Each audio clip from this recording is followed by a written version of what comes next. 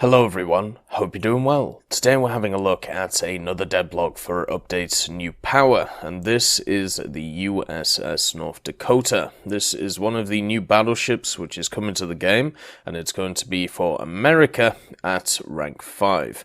I had a look at it on the dev server. It does look incredibly powerful, and it looks very similar to a lot of the other machines which were coming to the game in the form of these battleships, which look very fun. So the general story of this is actually kind of interesting. It starts with the British. So obviously the British were working on the HMS Dreadnought. It was built, and the United States at the same time were completing their own all big guns battleship, because that was the main point of the Dreadnought. It was supposed to have just the massive primary armament, which it did. And the all big guns battleship which the Americans were working on was the South Carolina class. So despite the fact that the new ships were not generally inferior to the British competitor, they were criticized for their small hull size and also weak auxiliary artillery.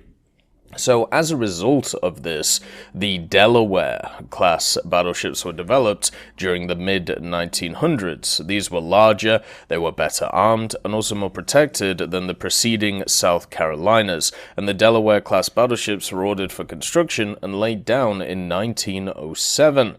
The two ships of the class, the Delaware and also the North Dakota, were both commissioned into service in April of 1910, and even though they were sister ships, the North Dakota featured a different propulsion system than the Delaware. It had a steam turbine instead of a traditional steam engine. And both of the ships, they saw really only limited action during the First World War period. The Delaware was operating overseas in European waters, and the North Dakota was kept close to the American shoreline because of issues with the new propulsion system. And then following the end of the First World War, both ships were continued to be used during peaceful service until the signing of the Washington Naval Treaty in 1922, and then everything changed. Upon the signing of this treaty, the Navy's strength was limited, particularly when it came to battleships. So because of this, both of the Delaware-class battleships were gradually put out of service during the 1920s. This gave way to newer battleship designs which were built to replace them. The Delaware was broken up for scrap in 1924, and the North Dakota eventually was broken up in 1931 after it was used as a target ship for several years. So very similar usage for this machine and for both of these machines compared to the other machines that we've seen, such as the HMS Dreadnought. So when it comes to the North Dakota, what does it offer you? Obviously, there was talk of its main battery armament, and that is incredibly impressive. The primary arsenal on this machine consists of 10 12-inch guns. So those are 305mm cannons. They're split into 5 twin turrets on the machine, and one of the nice things about this machine is because of the placement of the guns, you can get them all on target at once, so you can actually fire a whole battery at the enemy. You can see here, if you broadside, you can definitely be able to get all of them on, so that can be 10 guns all at once hitting the enemy, where a lot of the other ships that we've seen which have more guns, such as up to 12, can only get 8 on to the enemy targets, depending on where they're coming from. So just because of that, the North Dakota already is in one of the areas of the most powerful armament in the game because of that fact, just because you are able to get all of the guns on target. On top of this, the auxiliary guns as well are kind of interesting. So it has 14 5-inch guns, which are 127mm second battery cannons. These are in casemates on either side of the ship's hull, so you can see them also in this picture here in the center there. That's probably a better picture to be able to see them.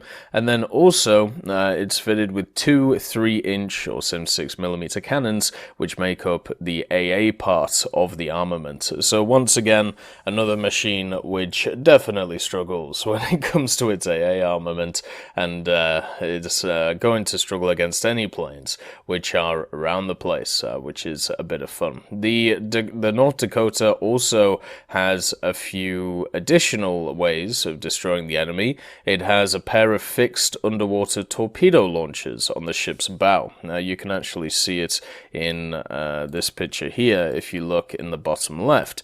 So you can launch torpedoes. After having a look at the torpedoes on the dev server, I am not impressed by any of these torpedoes when it comes to these battleships. They're all incredibly short range, and I don't think they'll do anything. It's not a fault of the battleships themselves, it's just kind of a fault of the time and the technology that they had access to. So yeah, it's not going to be it's not going to be one of those things which is really going to be that useful in the game. Now, when it comes to battleships, there are really two key things. The first one we've already talked about is the armament, and the second one, of course, is the armor itself. Looking at the North Dakota, we can definitely tell it's going to be able to dish out, but will it be able to take it? And when it comes to its main armor, this thing has something which is better than armor. One of the ways that naval works when it comes to its survivability for ships is its crew. The crew it's the best way of looking at the crew is see them as kind of hit points, even though they're based around a percentage, but just see them as like hit points for a machine. So if it gets below a certain amount of crew, then the ship will sink or it won't be able to repair itself. So having more crew is definitely better. This is one of the things about the Prince Eugen, where the Prince Eugen has so much crew on the damn thing, it makes it a lot harder to kill than other machines unless you hit an ammo rack or unless you hit other sectors equally, or you burn the thing out. So when it comes to the Dakota, it has one of the same survivability options. It has 1,384 crew members. Now generally a lot of the other machines have 800 to 1,000 crew members. So just by the fact that this thing has more crew members on it makes it way more survivable around it. It also has a 279mm strong belt around the ship, and the conning tower itself has 292mm and up to 305mm of armor plating on it. So the actual armor itself is a little bit weaker than some of the other ships around, but the crew that it has is definitely one of the highest, and that is incredibly important when we talk about survivability of these machines. Now, the next part of this is the speed, and once again, the USS North Dakota is looking good.